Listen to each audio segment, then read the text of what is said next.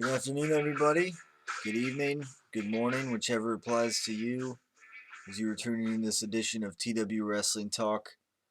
Um, we are in the last week, heading into Royal Rumble. Um, just had just had our last episode of Monday Night Raw before the Rumble, um, which I guess in some ways was a little better than a little bit above what we've had normally in recent weeks. Um, it was structured a little differently than I think the past couple of weeks have been. Um, for instance, the closing segments the past couple weeks have featured The Rock and CM Punk. Um, but this week it began differently.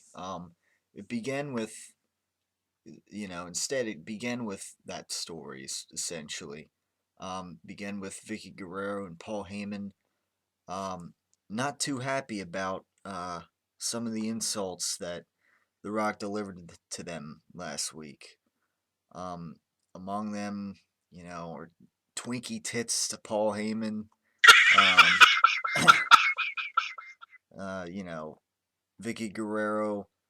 Um, Looking horrible, dressing like a hooker, but not the expensive kind. Stuff like that. And y- you know, The Rock brought a lot of laughs out of all that last week.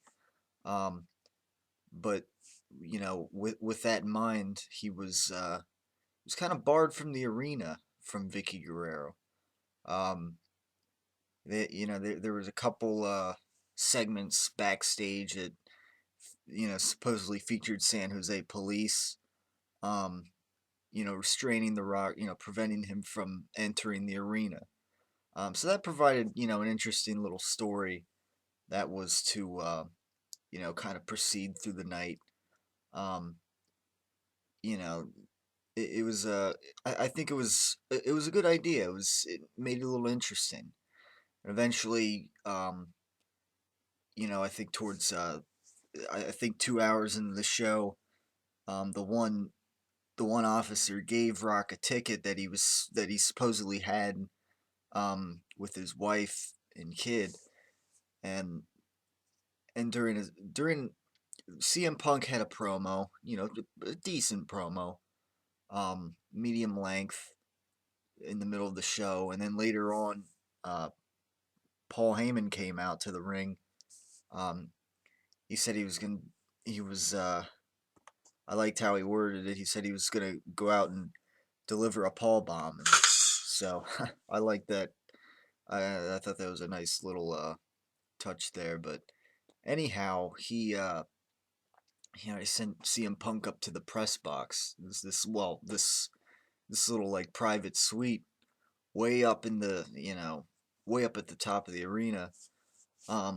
Kind of looking down towards the stage, and lo and behold, The Rock came out um, after a little bit, and holding out that ticket that he was given, and he ordered Paul Heyman out of the ring, and this was an interest. This gave this promo had an interesting feel to it then because you know you see CM Punk's way up in this skybox and looking down, and The Rock is addressing CM Punk way up there, and it gave an interesting feel to the promo, I think. And you know I don't know why WWE didn't think of that of doing something like that sooner.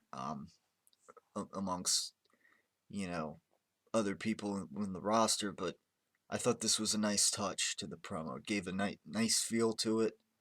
Um, as usual, The Rock, he finds these little ways to incorporate his humor without it being overkill, and he delivers, and he has some powerful things to say, and that's the bottom line.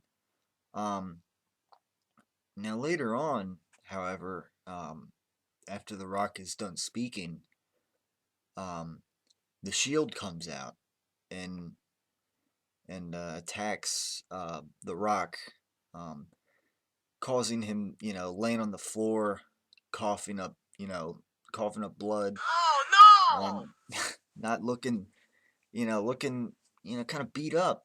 So, and then that kind of gave way for CM Punk to start speaking. And I thought it was a nice, a nice response that CM Punk gave. They they have good responses back and forth to each other. Good exchanges. And that's the bottom line. CM Punk playing his hardcore heel role pretty darn well, and The Rock playing his part well as always. Um, and tonight, getting beat up by the Shield.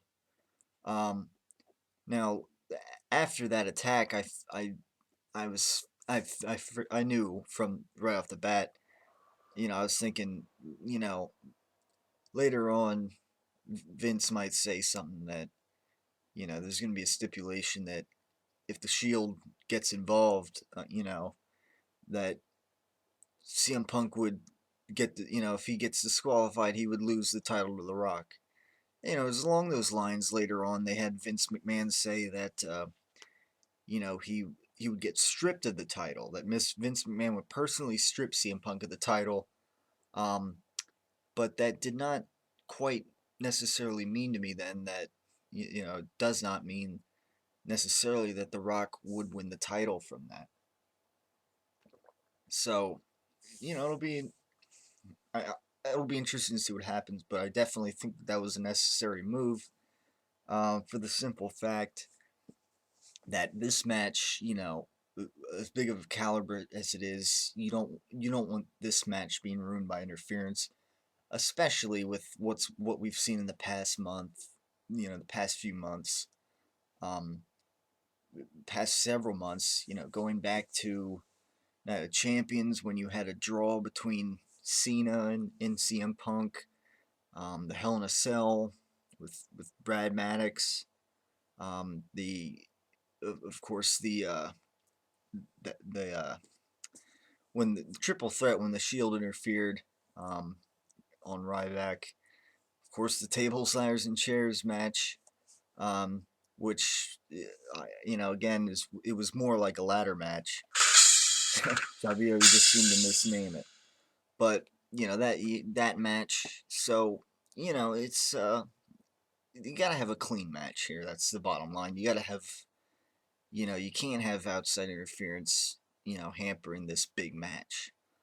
With this long of a build up to it, um, it's one of those matches that just you can't have the interference with it. So, um, good move on WWE's part. On it was kind of an obvious move, but nevertheless, WWE made it. So that's it should be an interesting match, definitely.